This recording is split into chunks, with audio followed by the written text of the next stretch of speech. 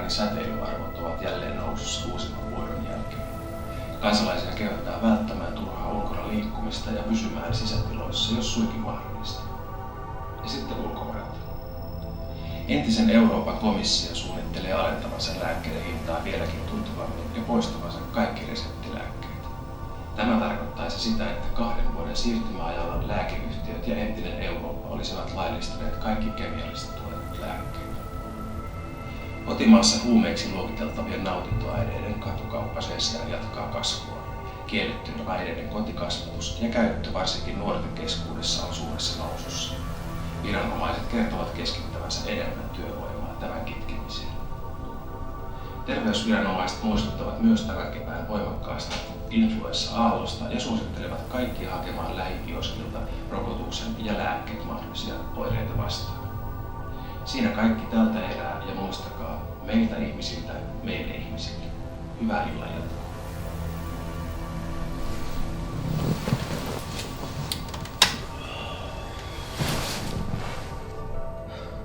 Mitäs tehdään? Ei mitään. Jatketaan samaan malliin. Tarvii olla vain jatkossa huolellisempi.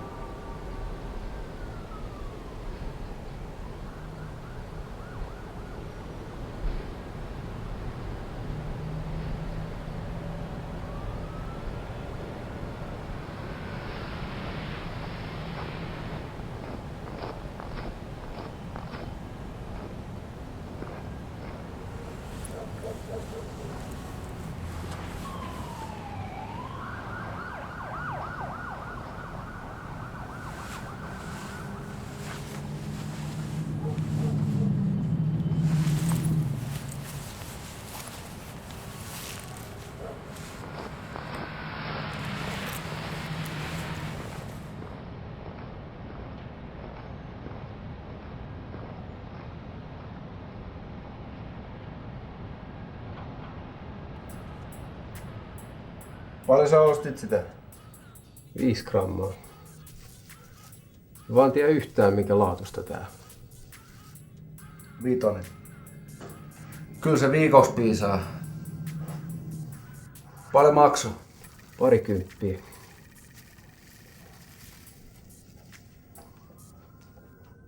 Monta ainakin aidon tuoksusta. Haista.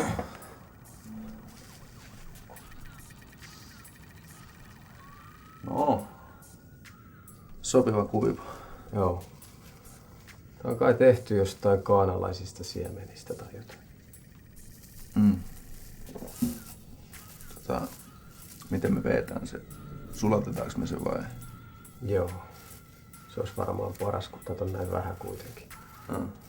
Jos sä hakee sen kattilan, niin sulatetaan tää kaikki kerran.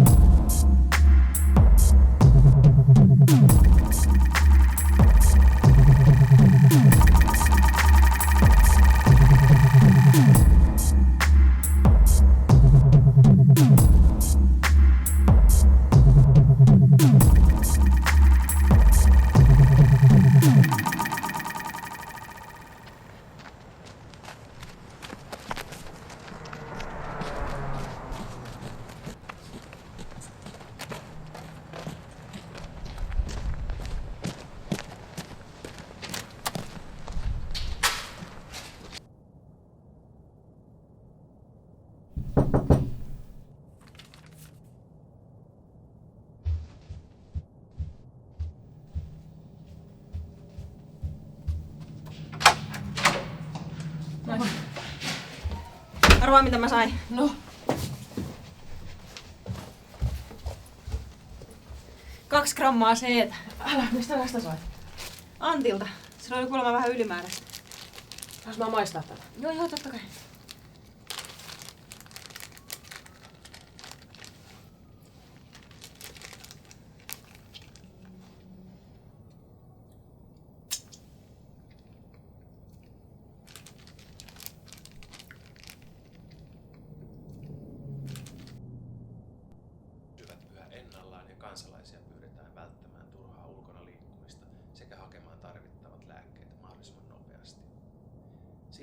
Tällä erää aamun uutisista. Meiltä ihmisiltä, meille ihmisille, näkemiin. Muistatko, kun joskus tuli vielä säätiedotus uutisten lopussa? Sitten on kyllä tosi pitkä aika. Se on varmaan joku 6 vuotta tai jotain tollaista. Niin, taitaa olla. Nykyään ei paljon tarvitse säätä ennustella, kun kaikki on ihan samanlaista vuodesta toiseen. Niin. Vaikka olisi se kyllä aika jännää, jos kaikki yhtäkkiä muuttuisi.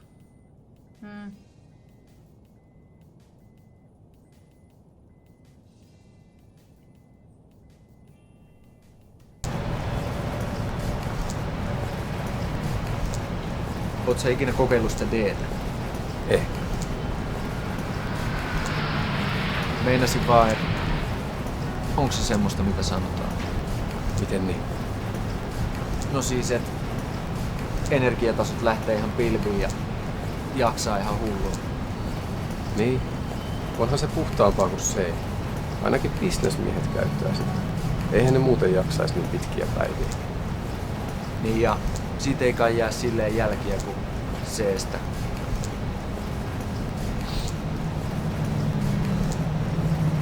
Pitäisikö sitä koittaa joskus hommata jostain? Tarvitsee vaan ensin selvittää, että mistä sitä saisi hoidettua. Mä voin kysyä yhdeltä tutulta, että jos se pystyisi hoitaa.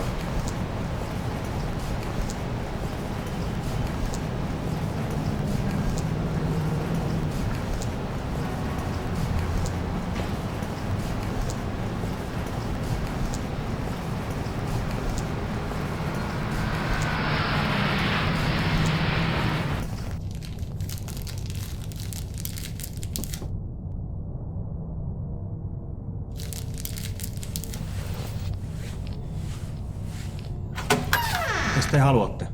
Sulta saa kuulemma ostettua C:tä. Onko teillä rahaa? Joo.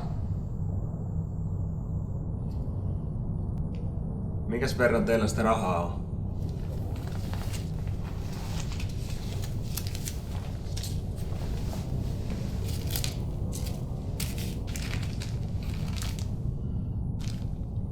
Tietääks teidän äiti, että te olette täällä? Joo.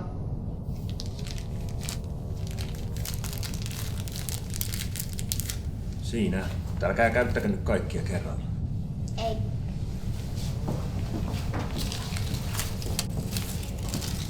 Viimeisimpien tutkimuksien mukaan laittomien aineiden käyttö on lisääntynyt alle 15-vuotiaiden keskuudessa.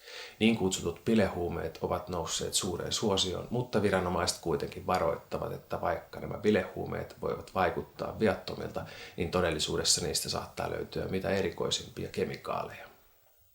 Terveyden ja hyvinvoinnin laitos on myös huolissaan nuorten aikuisten välinpitämättömyydestä jokapäiväistä lääkkeiden käyttöä kohtaan. Entisen Euroopan komissio on sitä mieltä, että alle kouluikäiset lapset tulisi altistaa uusille lääkkeille mahdollisimman nopeasti ja kannustaa kaikkia vanhempia viemään lapsensa ilmaisiin rokotuspisteisiin niin pian kuin mahdollista. Ja huomenta kaikille. Huomenta. No niin, tervetuloa. Elikkä tämän viikon aiheena meillä on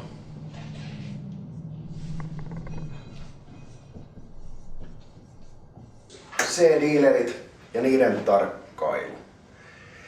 Ja me saatiin 5 minuuttia sitten ilmoitus mahdollisista aineiden väärinkäytöstä ja meillä on partio tällä hetkellä matkalla sinne. Eiköhän me mennä asiaan pikkuhiljaa.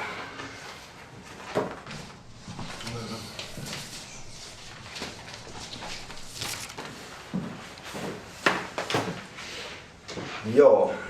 Mä tiedän tästä asiasta yhtä paljon, kun tekin tiedätte.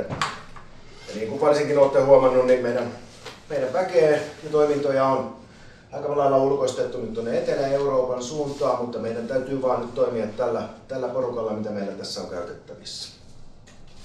Ja varsinkin tiedätte sen, että viime kuukausien aikana C-dealerit on alkanut keskittää myyntiä lähiöihin ja varsinkin pikkulasten ja ala-asteikäisten suuntaan. Ja meidän tarvitsisi pikkusen saada sitä karsittua. Elikkä nyt alussa seurataan näitä dealereitä. niiden liikkeitä, niiden toimintaa ja pyritään sitä kautta löytämään väylää isompiin kuriireihin. Onko tässä vaiheessa mitään kysyttävää? Mitäkäs ton D:n kanssa? No D on sen verran hienostuneempaa kamaa, että me annetaan sen olla tässä vaiheessa. Ja kun alkuperäistä ei ole mitään tietoa, saati sitten puhumattakaan H:sta. Niin kukaan ei tiedä niistä kurireista mitään muuta kuin, että ne pukeutuu helvetin hienosti ja on helvetin varovaisia liikkeitä. Totta, kuriireista ei ole saatu mitään muuta kuin jotain hajanaisia epäselviä valokuvia, josta niin ei edes erota, että onko siellä lunta vai ei. Mä tiedän, että tällä porukalla tää tulee olemaan julmetun hidasta, mutta tarkoitus olisi tehdä muutamia iskuja ja ratsioita julkisiin tiloihin ja muihin kohteisiin, mistä me ollaan saatu ennalta tietoa. Ja mikä sun nimi nyt olikaan? Bilsovski. Niin Pilkowski, joka toimii meidän taktisena johtajana, hän kertoo ja briefaa teitä tarkemmin tästä asiasta. Oikeastaan tässä on nämä tämän päivän tärkeimmät asiat. Mä tiedän, vaikka väki onkin näin vähissä, niin yritetään pitää sellainen hyvä positiivinen ilmapiiri yllä ja sitä kautta saada jotain edes aikaiseksi. Hyvä. Asia selvä. Jatketaan tästä. Kiitoksia.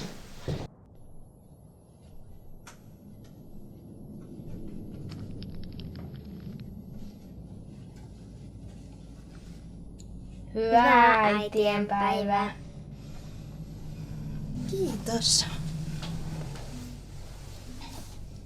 Mitäs te lapset ootte oikein mennyt tekemään? Me käytiin ostamaan sulle C:tä, kun me tiedetään miten paljon sä tykkäät siitä.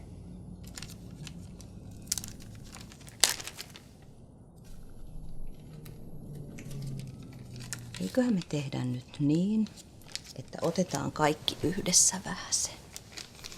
Tulkaas tähän, niin maistetaan.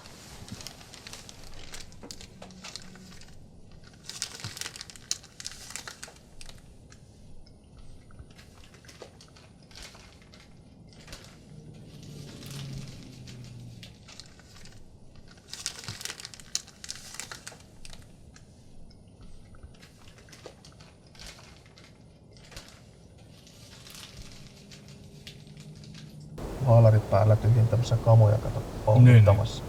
Tää oli vittuli ankeen naapurit töllästä mitä tapahtui. Järkevää tilanne. Joo. Ei sulla mitään juotavaa? No on tässä tätä belgialaista vettä. Ei sulla muuta oo. No et oo tosissaan. Luulis nyt, että vettä saa muualtakin, kun Belgiasta on sota lunta.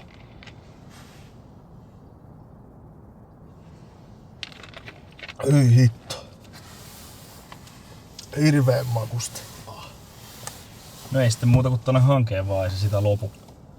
K1. Ja ensimmäisen partion merkistä lähdetään liikkeelle. Normaali 5 minuutin varoaika kaikkien yksiköiden välillä.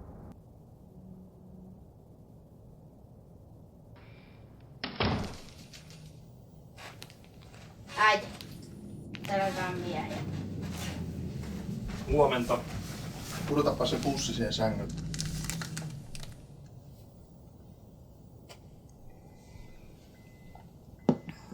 Tää asia saadaan selvitettyä niinkin helposti, kun sä vaan kerrot, mistä tää C on hankittu. Mitään muuta ei tarvitse sanoa kuin se, mistä tuo kama on peräisin. Tässä on nyt semmonen, että mä en oo tota ostanut.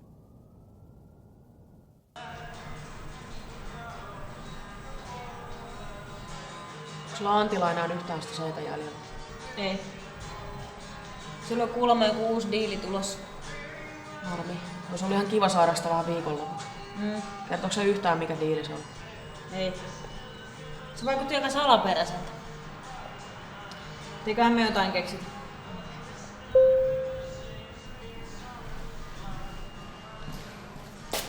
Mitäs tytöt täällä ihan yksinään istuskelee? No ei kuulu sulle. Ei tarvi hermostua. Kiinnostaa teitä lähteä tuonne yksin bileisiin. No se nyt kuitenkaan tällä kertaa. No, kiinnostaisiko teitä tämmönen? Täällä löytyy valkosanokin.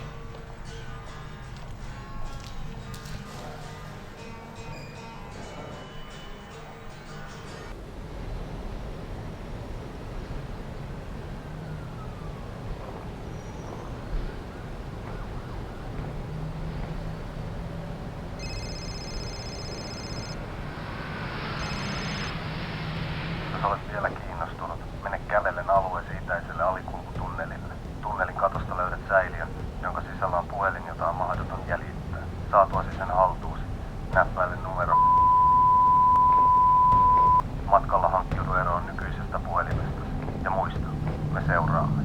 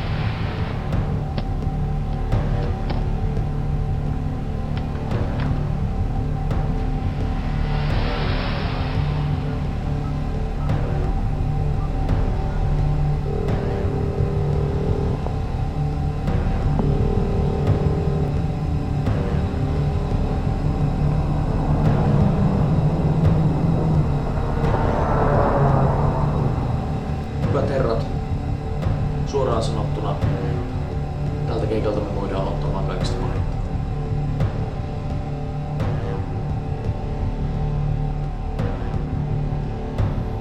Jokainen saa liiveisen lisäkeramiikkaa. Kasvot peitetään tunnistamisen estämiseksi. Tiedustelu on puutteellista, joten kohteessa noudatetaan äärimmäistä varovaisuutta. Voimankäyttöä tullaan välttämään, mutta tilanteen niin salliessa tuli jo vaan. Jokainen käy vielä henkilökohtaisen varustuksen läpi ennen lähtöä. Onko kysyttävää? Hyvä. Kokoontuminen 5 minuutin kuluttua ajoneuvolla. Toimikaa.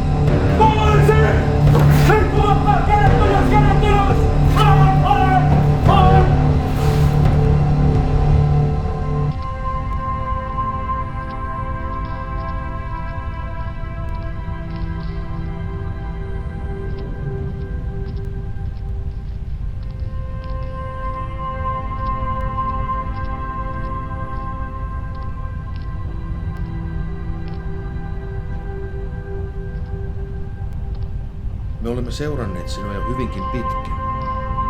Järjestössämme valtaa pitävä taho on tehnyt päätöksensä, jonka sinä voit vain hyväksyä.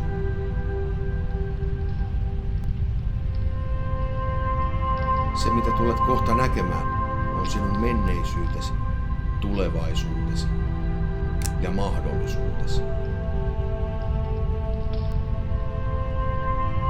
Kaikki riippuu nyt vain sinusta.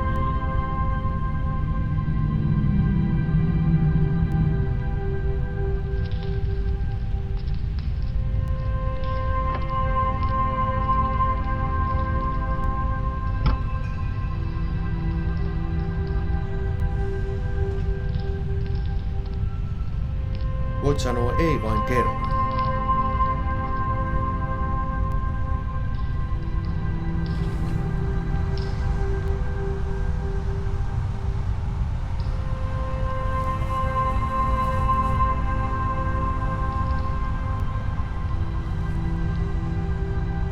No, mitä sanoo Antti?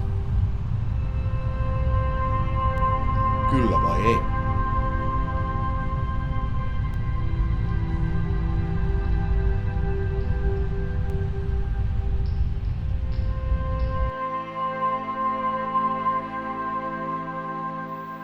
Ja kansallisen turvallisuuden sekä yleisen järjestyksen nimissä hallinto kehottaakin kansalaisia tarkkailemaan ympäristöään ja toisiaan ongelmien eskaloitumisen välttämiseksi. Ja sitten urheilu. Ylikansallisen jääkiekkomaajoukkueen tähtipelaajaa epäillään kiellettyjen aineiden käytöstä. Kaikki vihjaukset siitä, että olen jollain tapaa sotkeutunut dextroosiin ja hunajan käyttöön, ovat täysin pötypuhetta. Harjoituskaudella käytän normaaleja sallittuja aineita, veritankkausta ja erythropoietiiniä, aivan kuten kaikki muutkin. Ja säässä ei ole muutoksia tapahtunut eikä tule tapahtumaan. Siinä kaikki tältä erää ja muistakaa, meiltä ihmisiltä meille ihmisille. Näkemiin.